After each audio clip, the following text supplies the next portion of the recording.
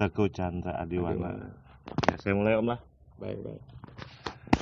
Bismillahirrahmanirrahim. Assalamualaikum warahmatullahi wabarakatuh. Saya berada di makam Kindumuy, Mantri Ampat. Alhamdulillah hari ini Bapak Chandra berkunjung sini dan bersedia saya minta cerita pengalamannya. Nah, jadi kali ini saya pengen minta ceritakan pengalamannya kenapa beliau suka ke Kalimantan ke makam Sultan Suryansah. Nah, sekarang sudah ke-22 kali, sedangkan saya baru 1 kali ke sana. Terus sekarang udah di mana-mana nih makam-makam keramat di Kalimantan sudah didatangi Om ya, Kalimantan Selatan khususnya. Om silahkan Om berbagi ini pengalamannya. Belum pernah kesini Pemirsa saya dikisahkan nih pemirsa lah sampai. Jadi pemirsa lah. Nah, ini pemirsa. Nah, itu pemirsa. Saya juga pernah hendak pemirsa. Nah, pemirsa. Dua pemirsa, bapak pemirsa. Nah, pemirsa. Alhamdulillah. Alhamdulillahilladzi arsala rasulahu bil huda wa dinil haq. Liyudhi'a ala kullihi wa kafa billahi syahida. Jadi perjalanan di Kalimantan Selatan ini semuanya tidak pernah terencana. Jadi langkah awal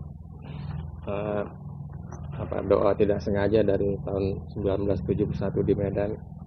Ketika kecil saya setiap melihat nama pahlawan, lihat nama raja, nama apapun, saya kirim doa terus-menerus tanpa ngerti apa maksud dan tujuannya. Ternyata ketika Kapolda Kalsel, saudara Brigjen Pol Halba Rubis Nugroho, saya diundang ke Kalimantan Selatan dan menyempatkan ziarah ke Sultan Suryansah waktu itu. Makamnya jelek dan banjir pada ada hal yang menarik. Semenjak tahun 80, setiap saya jalan ziarah ke pahlawan-pahlawan yang saya sering kirim Al-Fatihah itu, ketika saya balik lagi, semua makam itu jadi bagus dan indah. Nah, ternyata itu juga terjadi pada makam Sultan Suryansah. Jadi waktu saya datang, makam itu jelek dan banjir. Saya hanya ziarah melewatin banjir sedikit, duduk di situ. Dan pada waktu itu doa tidak banyak. Kebiasaan saya berdoa karena keliling ziarah ini saya tidak pernah diajarkan apapun, tidak punya latar belakang santri, jadi hanya sebuah keliling dengan inisiatif sendiri. Jadi doanya hanya memohonkan bila masih ada sisa-sisa dosa Sultan Suryansah, mohon dihapuskan. Mohon diberi sejahtera turunan-turunannya, jadi pemimpin-pemimpin yang lebih baik, menjadi pemberi-pemberi cahaya di Kalimantan Selatan dan kalau bisa negeri ini, memberi pencerah yang lebih membawa berkah pada masyarakat sekitar dan masyarakat Nusantara khususnya. Kita berharap mereka juga diberikan keluarga-keluarga yang lebih kaya, lebih banyak bersedekah, lebih memberi teladan. Pada tutup doa saya ingin makam ini ketika kembali sudah bagus. Ternyata ketika suatu saat saya kembali, betul makamnya sudah bagus. Pada waktu yang ke-20 di sana sempat diwawancarai. Kemarin saya sudah sempat yang ke-22 kan. Insya Allah beberapa hari ini akan pulang, saya akan mampir dan itu mungkin yang ke-23.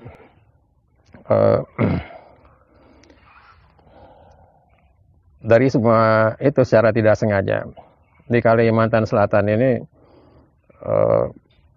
sebetulnya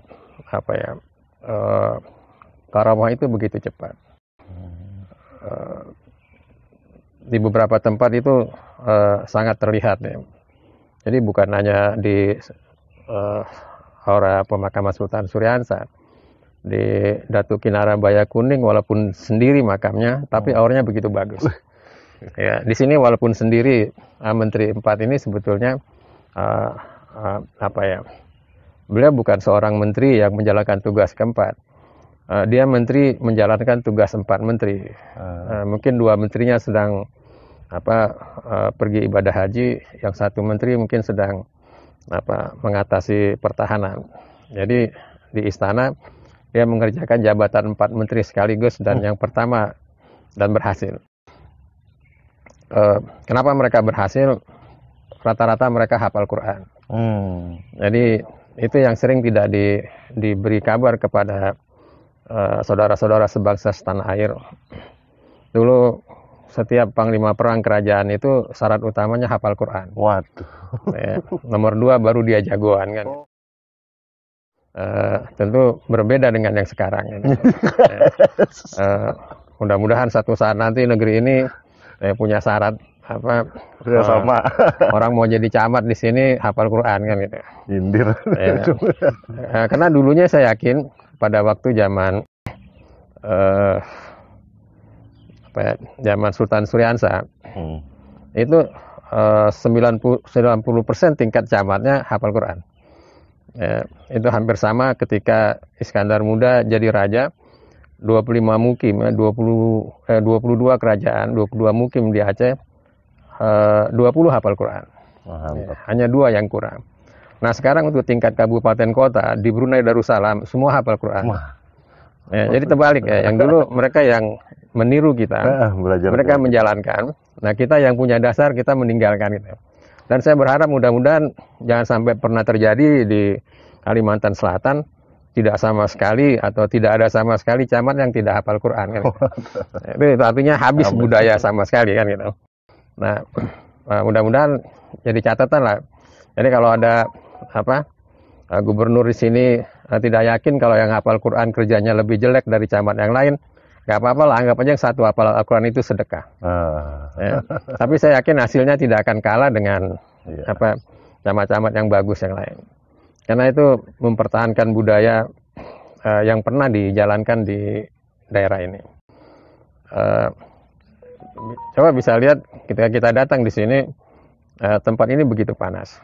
Ketika kita baru wawancara 5 menit saja, tempat ini sudah seperti di tempat pegunungan yang sejuk, pegunungan yang damai. Jadi tempat yang bisa alamnya begitu berubah. Nah, karena rajin jalan berkeliling di Sultan Suryansa, ternyata kan kita juga sering silaturahmi. Awalnya ke Amuntai, ke Prabu Suryanata. Orang lebih banyak menyebutnya Pangeran Suryanata. Akhirnya kita sering berkunjung sampai 7 kali ke Gunung Pematon. Mantap. Kenapa? Ya nanti akan banyak lagi, mungkin akan lebih cepat. Karena beliau memberi karamah baru ya, yang seumur hidup saya tidak pernah pikir. Jadi ketika membaca 3 salawat Nabi, saya ingin udara yang gelap gulita cerah dalam 2 menit cerah. Masya Allah. Jadi ketika saya datang hujan, ketika saya baca salawat Nabi, saya ingin cerah dalam 3 menit kurang hujannya berhenti. Jadi semua itu kan hadiah dari penguasa alam secara menyeluruh di Borneo.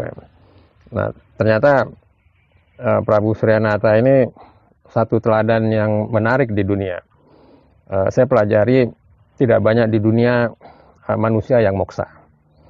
Ya, jadi banyak orang menganggap kalau orang itu moksa setelah Rasulullah,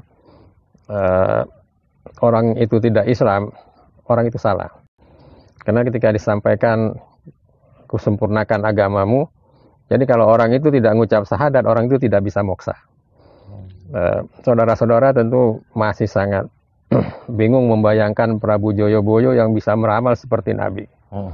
Jadi jangan cerita tentang banyak hal. Kalau ramalan Joyoboyo di tahun 2022, ramalan Joyoboyo di tahun 2022 yang paling menarik itu satu hal. Di zaman itu dia udah prediksi tahun 2022 penduduk negeri ini paling banyak main judi. Paling mudah main judi, ya kan? Dia gambarkan.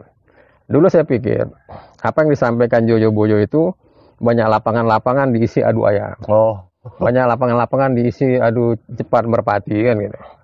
Banyak lapangan arena-arena untuk kita bermain judi. Ternyata analisa Joyo Boyo benar. Dan orang bisa main judi dengan HP dimanapun dia berada. Bahkan di halaman masjid pun bisa main asal dia mau aja kan. Nggak ketahuan.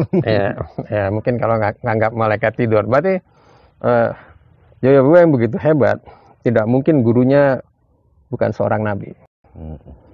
Kalau kita analisa umurnya, Joyo Boyo hanya 15 tahun lebih muda dari Nabi Muhammad. Nah, begitu juga dengan Prabu Suryanata. Dia satu-satunya tokoh yang moksa terang-terangan bersama istrinya. Yang lain cuma sendiri. Prabu Joyo Boyo yang hebat moksa sendiri. Prabu Brawijaya yang hebat moksa sendiri. Boros Ngora yang terkenal hebat, yang bahkan bertemu langsung dengan Ali bin Abi Thalib, moksa sendiri.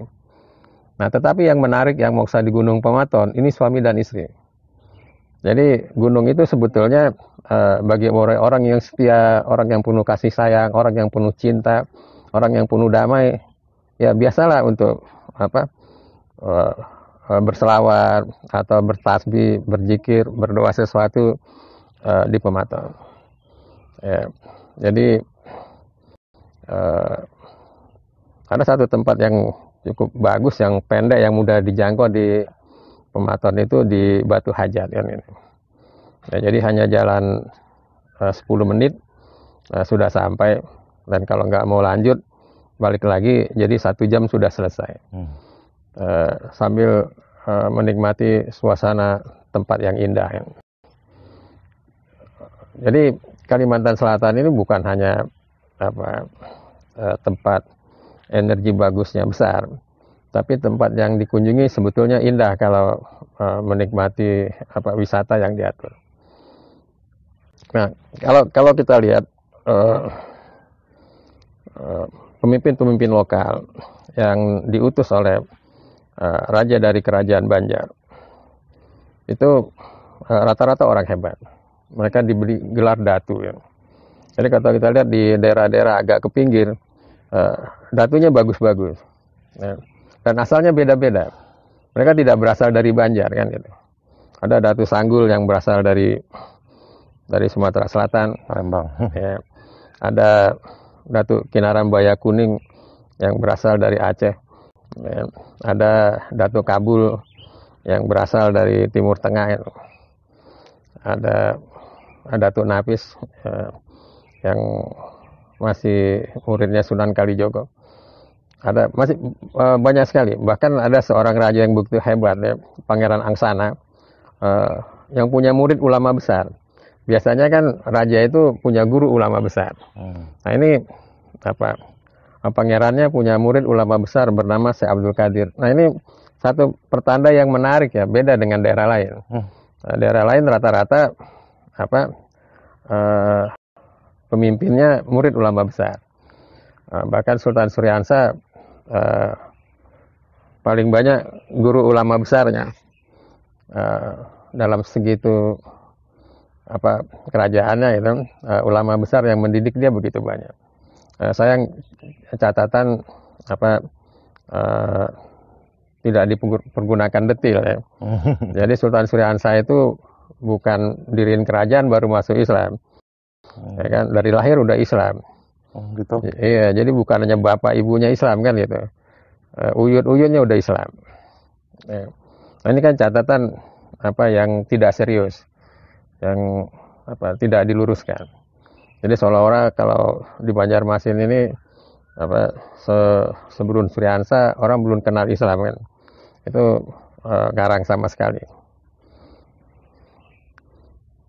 Jadi bahkan beberapa ratus tahun sebelumnya di Banjar sudah Islam. Jadi kalau kita datang di gunung-gunung, di tempat gunung-gunungnya dari sebelum Suryansa, mereka sudah berzikir, sudah bertabis secara Islam. Nah itu yang tidak dipelajari, tidak dikaji. Mudah-mudahan suatu saat ada ulama yang punya kemampuan dan mengkaji, mau menulis itu secara detail. Karena kalau menulis memang dia harus tinggal dan lama di Kalimantan Selatan. Dulu nenek moyang kita di sini sebelum tahun 1800-an nggak ada yang pakai Habib ini. Nggak ada gelar Habib gitu. Nggak, mereka hanya gelar Syekh. Oh. Walaupun jelas itu apa? Walaupun jelas ininya turunannya. Ya, tapi turun dari sana. Misalnya di Aceh itu namanya Syekh Barusi Al-Baghdadi kan gitu.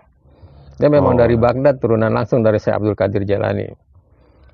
Tapi putranya yang begitu hebat bernama Syekh Daud Rumi kan gitu, yang masuk anggota Majelis Wali Songo di Pulau Jawa. Beliau murid terbaik dari Syekh Abdul Rahab As-Singkili kan gitu. Syekh Abdul Rahab As-Singkili juga turunan yang nasabnya jelas kan gitu. Bahkan tuanku di Anjung itu jelas-jelas turunan dari Yaman yang betul-betul nasabnya jelas ke Husain kan. Tapi namanya tuanku di Anjung. Kan? Tidak pakai semua itu kecuali teman-teman ini kan gitu. Bahkan kalau kita mau lihat secara detail, hampir di semua kerajaan itu turunannya langsung. Jadi kalau orang mau lihat di dunia, turunan Nabi paling banyak ada di negara kita. Cuman mereka tidak pakai embel-embel. Jadi yang pakai embel-embel itu cuma sedikit. Nggak apa-apa lah, kita jadi bisa mengagumi yang sedikit kan. Kan ceritanya siang malam Om, ziarah Om. Semaunya aja, ini mau siang malam. Waduh. Kita lihat kan begitu panas berubah. Boleh lah. Malam ziarah, siang ziarah. Itu nggak di Kalimantan Selatan aja Om, sampai yang sukanya ziarah itu? Se-Indonesia. Mantap. Karena dulu waktu kecil kan ngirim Al-Fatihah se-Indonesia. Dan yang paling menarik kalau kita mau lihat, ketika saya ziarah ke Sultan Babula. Sultan Babula belum pahlawan nasional. Ketika saya datang itu yang pertama. Terus minta sama wali kotanya agar diperjuangkan jadi pahlawan nasional. Saya beritahu nanti 10 November jadi pahlawan nasional. Boleh lah. Ternyata dia buat, dan benar 10 November jadi pahlawan nasional. Boleh. Jadi mungkin mereka udah perjuangan 15 tahun, 20 tahun belum pernah berhasil. Jadi ada beberapa tokoh yang saya gambarkan akan jadi pahlawan nasional yang sering saya doakan dari tahun 71 itu, semuanya jadi pahlawan nasional. Yang belum jadi pahlawan nasional itu saya lihat Pati Unus ya. Pati Unus dari Demak, Raja Demak kedua. Jadi Raja Demak kedua yang perang menghajar Portugis. Menghajar yang kedua kali, tewas di Malaka dan pulang dimakamkan. Nah, tapi karena dia tidak perang sama Belanda, susah jadi pahlawan. Di negara ini kalau lawan Belanda mudah dikasih pahlawan nasional. Kalau sama Portugis lama gitu. Susah. Bahkan sebetulnya pahlawan nasional yang paling hebat di negara kita itu sebetulnya yang mengalahkan Mongol. Tapi negara ini tidak mengangkat beliau jadi pahlawan. Jadi saya teliti, raja paling hebat di dunia itu sebetulnya Raden Wijaya. Ya, kenapa? Cina yang begitu hebat itu dijajah sama Mongol. Cina bebas itu hutang budi sama Raden Wijaya. Karena 35.000 pasukan Mongol ditenggelamkan Raden Wijaya di Laut Cina Selatan. Boleh lah. Jadi jangankan orang boleh sombong sekarang, pada waktu Mongol menjajah Arab, menjajah Turki, menjajah Eropa, semua dijajah Mongol. Ya, itu suaranya nggak ada macam-macam. Ya. Setelah Raden Wijaya kalah kan baru mereka bisa teriak macam-macam. Baru mereka menunjukkan kualitas bangsa yang hebat. Padahal menghabisi bangsa Mongol itu Raden Wijaya. Hanya sekali serbu 35.000. Gila. Luar biasa. Ya. Nah, tetapi bangsa ini tidak menghormati orang hebat. Buktinya pahlawan nasional tidak ada nama Raden Wijaya. Jadi yang salah yang nyusun konsep, atau kita yang salah sebagai rakyat menganalisa pahlawan. Tapi walaupun begitu, saya terima kasih dengan para pengonsep pahlawan itu. Mereka juga udah beri pahlawan nasional kepada Ibu Tien Soeharto. Ya, sehingga kita sering doakan juga kan itu. Kan termasuk pahlawan nasional. Tetapi kita ingin mendoakan lebih banyak pada Raden Wijaya yang menghabisi bangsa Mongol, yang membuat Mongol bertekuk lutut, yang buat Mongol tahu sehingga sampai sekarang dijajah sama Cina. Kita memberikan Al-Fatihah yang kurang. memberikan doa yang kurang. Bahkan sebagian orang-orang tertentu masih menganggap Raden Wijaya tidak Islam. Nah, ketika saya kunjungi makamnya, maka Raden Wijaya ngadap kiblat. Satu. Kedua, istri Raden Wijaya 4. Ya, dari tanda-tanda itu gimana saya mau protes kalau dia bukan Islam kan? Kan lihat lebih adem dari yang diduga sama sekali. Begitu baik alam di Kalimantan Selatan. Langsung nah. Jadi Om ini tiap mengunjungi makam-makam di Kalimantan Selatan itu memang merasakan aura-aura, artinya perbedaan antara inilah secara ya, dan mereka baik-baik. Karena rata-rata setiap makam itu minimal Om kirim 100 salawat pembuka tabir ya, minimal. 23 kali. Makam Sultan Suryansah, nah, tuan rumah paling sekali 2 kali. Udah Om, apa lagi Om yang disampaikan Om? Kalau mau nanya apa kita sampaikan. Ya. Nggak diberitahu dadakan, jadi kita mau bicarain apa kurang. Jadi saya ini jujur aja Om, menggali kisah-kisah dari lokal lah ceritanya. Biasanya saya bahasa lokal, bahasa Banjar. Jadi orang-orang tua saya datangi, termasuk makam beliau ini. Kenapa jadi Menteri 4? Ternyata 4 orang dulunya menteri itu, cuma yang 3 ini nggak diketahui, makanya cuma 1 aja dari dulu. Memang nggak ada. Memang dia ngerjakan tugas 4 menteri. Oh. Ya, bisa 3 menteri itu mungkin yang 1 menteri pertahanan lagi sedang bertugas perang, 2 sedang menunaikan ibadah haji. Jadi dia mengerjakan tugas 4 menteri. Waduh. Bisa jadi yang 3 bertugas nggak kembali lagi, ya hanya ada 1 makam beliau lah sebagai menteri 4 kan. Nah itu biasanya saya gali apapun bukan tentang makam karomah aja, tapi termasuk budaya, tradisi, tapi lokal saya ininya. Nah masih channel kecil lah, doakan nanti besar Om ya. Ya, semua awal dari situ ya. Nah, tadinya Bang Muhammad kan ngabari.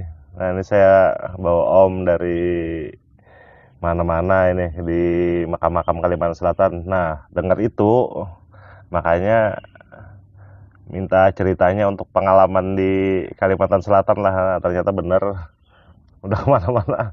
Yang belum pernah saya kunjungi malah sampean sudah. Jadi beliau 2 bulanan Om ya dari sini. Mantap. Ke Tanjung. Sampai ke Tanjung. Nah tadi malam di Pamaton katanya. Saya udah berapa tahun nggak ke Pamaton. Biasanya kalau sakit atau apa, nah dibawa ke sana. Udah Om, kayaknya nggak ada yang ditanyakan lagi nah. Bang Muhammad. Udah Om ya. Ya baik. Kalau ke Pamaton air yang buat mandi bagus. Oh, saya dimandiin. Ya, beda energi airnya dibandingin beberapa tempat ya. Katanya Om ngajak ke Pematun, doa batu hajat itu naik ke atas. Nanti di 2 orang yang kerasukan dapat Om. Oh, anunya sendiri kerasukan tipnya tadi malam kerasukan katanya. Oh, orang lain. Hah? Gimana? Tim, bukannya tim. Kan kita siapa aja boleh. Rombongan sampean kan? Siapa aja boleh gitu. Udah dulu Om ya. Ya baik. Kira-kira cerita Om sampai di sini aja dulu. Nah, mudah-mudahan ada lain waktu kan kita tanya-tanya lagi. Mudah-mudahan beliau ke sini lagi. Karena beliau hobinya ziarah. Nah, sampai di sini dulu pertemuan kita. Terima kasih banyak Om Tengku Chandra. Kita akhiri wabillahi taufik wal hidayah. Oh. Terima kasih ajudan juga. Oh, Pak siapa? Mani dari Reskrim. Nah, ada orang gagah bersama kita pemirsa. Jadi kita ini dikawal intel pemirsa. Reskrim Polda. Polres Banjarmasin, mantap. Dan Bang Muhammad. Sampai di sini aja perjumpaan kita. Mohon maaf salah-salah kata. Saya akhiri wabillahi taufik wal hidayah. Assalamualaikum warahmatullahi wabarakatuh.